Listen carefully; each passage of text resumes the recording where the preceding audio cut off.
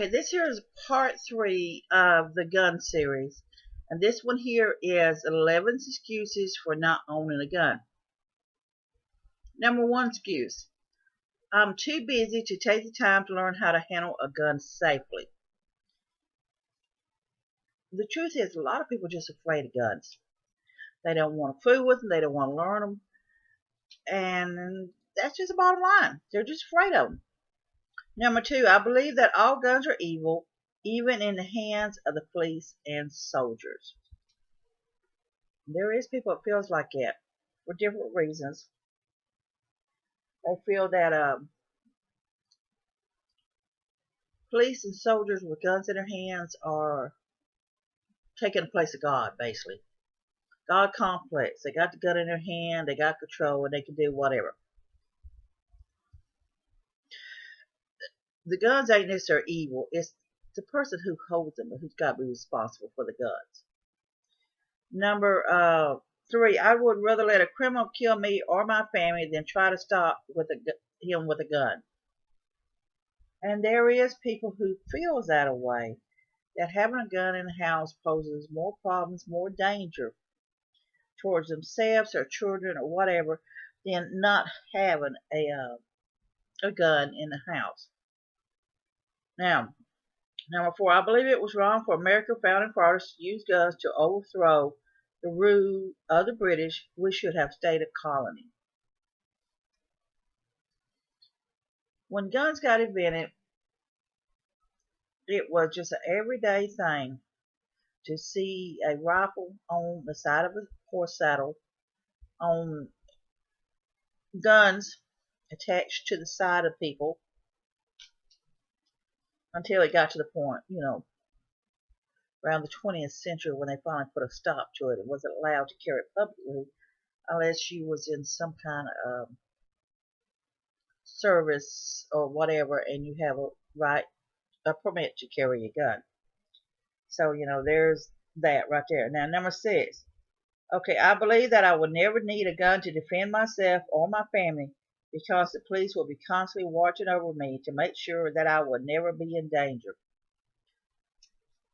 You have a lot of these gated communities now, and I mean, these people pay a high price to live in these gated communities with the rules and the regulations and everything. They're pretty much giving up their freedom in a lot of ways, telling them, if they can have a dog or not, if they can have how their grass can grow, or what they can or can't have. And they have their own police that runs in those areas that's supposed to be taking care of them. But at the same time, in the subdivisions, some of the upper crust ones, they assume that nothing's ever going to happen because they live in a very good neighborhood. And the police comes in those areas and comes when they come and call. It don't always happen.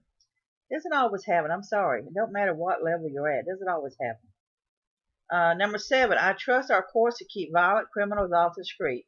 It's not possible that I will ever be attacked by a criminal. I want to tell you from personal experience. My grandmother was murdered. It was a sad situation when it happened. And she was a good woman. And they was good to the person that come in and attacked her, and he wanted the guns that they had kept under lock and key. When she refused to take them, to give them to him, he murdered her because he wanted the guns. Now, the thing is that he was on the way to Knoxville to kill some other people, and if the police hadn't pulled him over when they had, he would have murdered the people. So, it's a sad situation in that. It's just sad because you don't never know in any situation if something is going to happen to you, no matter how well protected you are or what neighborhood you're in. You do not know it could happen to you. Number 8, if our government decides to make all gun owners register every gun they have, and then decides to confiscate all privately owned guns, I still don't think we have anything to worry about. I know other countries have become dictatorships, but that could never happen in America. Yeah, it can. It can happen in America. Uh, they are finding that trying to force register these people. The problem is a lot of these guns and these rifles are antique guns, antique rifles that over the years, the centuries or whatever, there's no registration for them. There's just nothing. Used to you go in back in town, just go buy your gun. What none of this registration stuff. You just bought a gun. So even if they force everybody to register, first of all, they would have to go to door to physically search the house to find the guns. And then if they decided to confiscate all the guns, then they would have to go door to door to physically look for the guns to confiscate them. That is a lot, lot.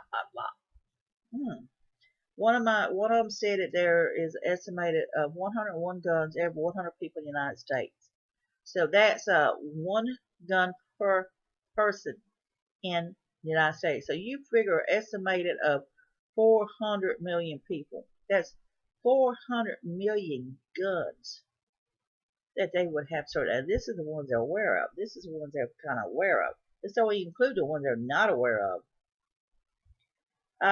Number 9, I don't know much about the Constitution and the Bills of Rights, and I don't have any desire to learn more. I heard that the Second Amendment guarantees the right of Americans to keep and bear arms, but I really don't care. Again, that's kind of living within the box. I always talk about getting out of the box and think more. And a lot of people feel that way.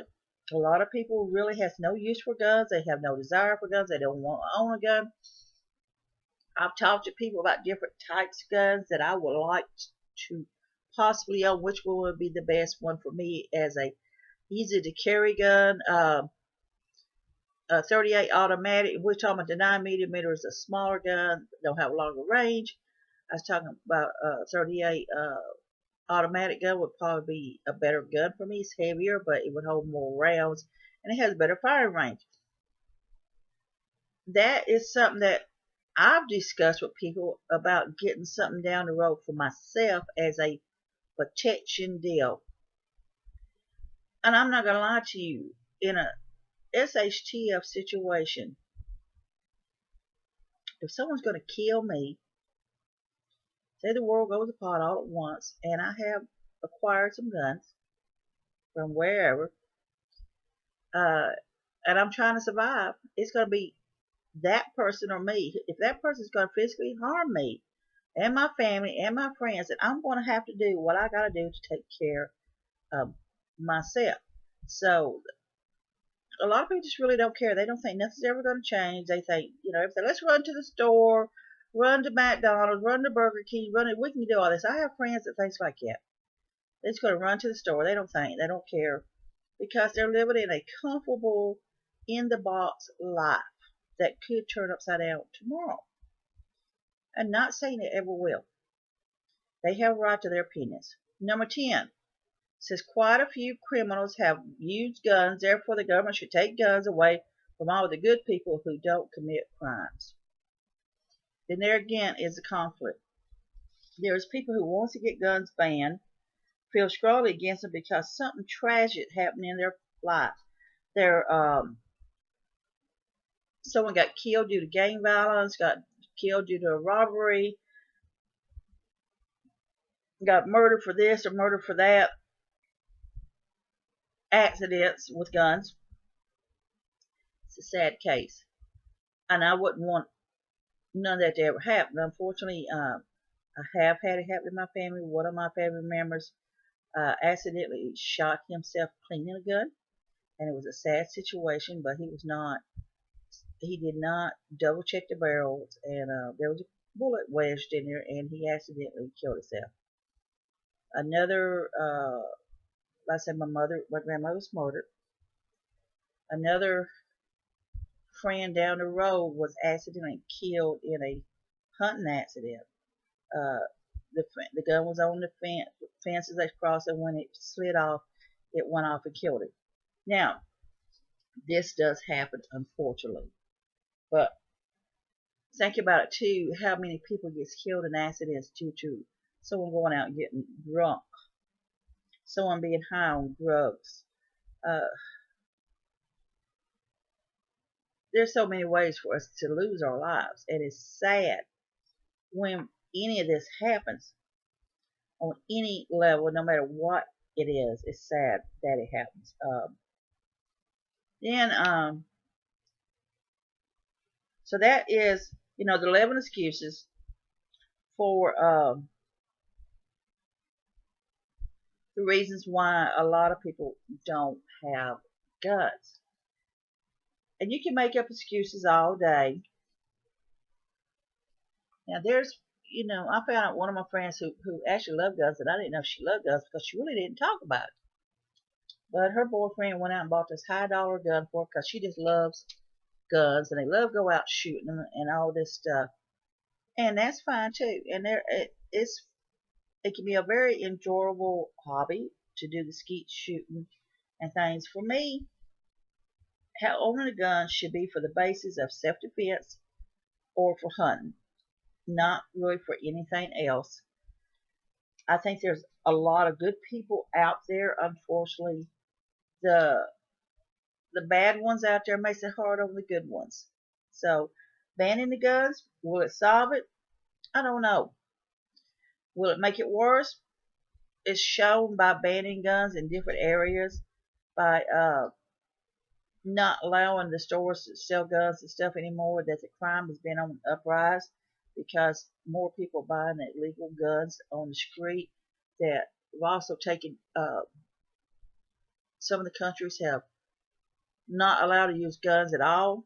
It's a tough situation, a tough question. It's 11 excuses for not owning a gun. People has to be careful. And if you got someone who lives with you that's been in trouble for whatever reason, no matter how minor offense is, and they're on probation and stuff like that, you can get in trouble for owning a gun. So a lot of them don't own a gun because they can't have a gun because they don't want to go to jail because whoever's living with them got in trouble for something or other, and then they could get in trouble for owning a gun in the house. It's a hang if you do and a hang if you don't. So, this in here is 11 excuses. Like I said, this here also came from the same series on why, you should have guns, right here on this. So this here is my 11 excuses here.